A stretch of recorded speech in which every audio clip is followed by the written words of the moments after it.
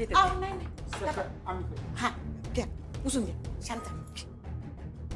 दुर्गे, काय केलंस हे? अन्नावर का राग काढला तुम्ही? प्रसादाची खीर होती ती, का सांडलीत तुम्ही अशी? बघितलंस चंचे, त्याला म्हणतात चोराच्या उलट्या बोंबा. काय बोलताय तुम्ही? हे पातेलं तुम्ही ढकललात ना?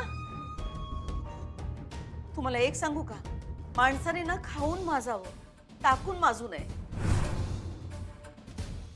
चुकीचं केलं तुम्ही, चुकीचं केलं. तुम्ही काय योग्य केलं सांगा की, तुम्ही काय योग्य केलं? मला अक्कल शिकवायची नाही बर का. अहो जळता जळना एवढी इस्टेट हाय सूर्यवंशींची, हा? आणि इथं पर त्या 2 वाट्यांच्या खिरीसाठी भिकारी असल्यासारखं वागवायला हो तुम्ही आमसनी, हा?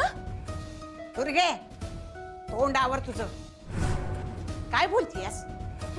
अगं लाज वाटते का तुला असं बोलाया? आणि ही खीर कशा पैसे आणलीयस? काय काय झालं होतं काय? का उगा कांगावा करतीयस? का बोलतीयस त्यांना? हाते तू का नाही मध्ये पडू नगस. तुला काय बी माहिती नाही तर काय झालंय ते, आणि तू दर येळेसारखी मलाच बोलू नगस. तुला विचारलं का यांनी खिरीचं? विचार ना, का खीर पाहिजे का आजी? विचार ना.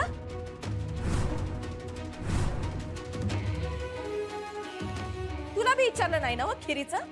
ह्या बाईनं काय केलंय? फक्त स्वतःच्या पोराला आणि नवऱ्याला वाट्या भरून भरून खीर खाऊ घालायला, आणि आपल्याला नुसतं वासावर ठेवलंय. आपल्या ताईच्या राज्यात असं होतं का ग? असं तुझ्या भाऊ होता? सांग की. अहो आई, मी तुम्हाला खरंच सांगते, त्यांना पुरेल एवढी खीर होती त्या पातेल्यात, त्यांनीच ती सांडली. बघितलंस संजय, बघितलंस? आता ही बाई समजा आपल्यावर ढकलायला. हो? बस आता मी सहन करणार नाही. ही बाई आल्यापासून मी सहन करायला, पण आज या खिरीसाठी आम्हाला भांडायला लावलंय हिनं. हवा अन्नासाठी कुणी भांडायला लावतं का? आपल्याच घरात आपल्याच माणसासनी, हा? मी तुम्हाला सांगू, मला ना खरंच कळत नाहीये तुम्ही काय एवढ्या भांडताय. मी काय असं केलंय हो?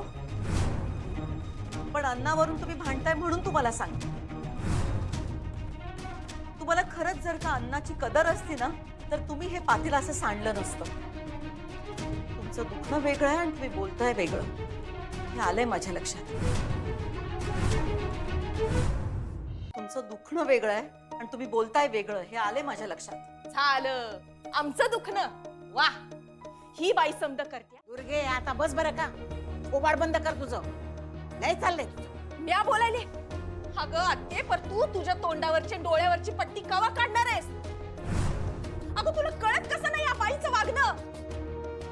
या बाईला का नाही फक्त तिचा नवरा आणि तिचा पोरगा यांच्याशी देणं घेणं आहे. आणि आपण कोण आहोत ग? आपण हाव तिथले उपरे. एवढंच हिला सांगायचंय. मग काय बोलताय तुम्ही? मी असं कधी वागले हो तुमच्याशी? आई आई तुम्ही सांगा, मी कधी अशी वागले का तुमच्याशी? हा, हे बघा, तुम्ही वाईट वाटून घेऊ नका. हायच तशी, तिची कोणतीही गोष्ट मनाला लावून घेऊ नका. बघितलंस? हेच सिद्ध करायचं या बाईला, का ही बाई कशी चांगली आहे, आम्ही कशी वाईट आहोत. आणि नुसते आम्हीच नाही, आमच्या खांद्यावर बंदूक ठेवून गोळी झाडायची हिला ताईला. ताई कशी वाईट आहे हे सिद्ध करायचं या बाईला. म्हणून हे समजे उद्योग चालले तिचे.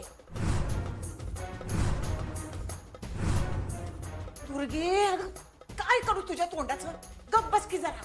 म्या गप्प बसणार नाही. लई गप्प बसले मी आजवर. आणि चारुलता, तू काल आली आहेस ग, आणि आज लगेच तुला माझ्या ताईची या घरातली जागा घ्यायची आहे? तुला एक सांगू, माझ्या ताईच्या नखाची बी सर नाही का तुला? कळलं?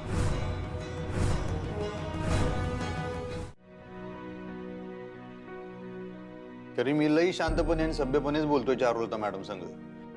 आमच्या बाबानं तर आमच्या आईसाहेबांचा कायम अपमानच केला आणि पावलं नुसती हडतूड गेली, दुसरं काही केलं नाही.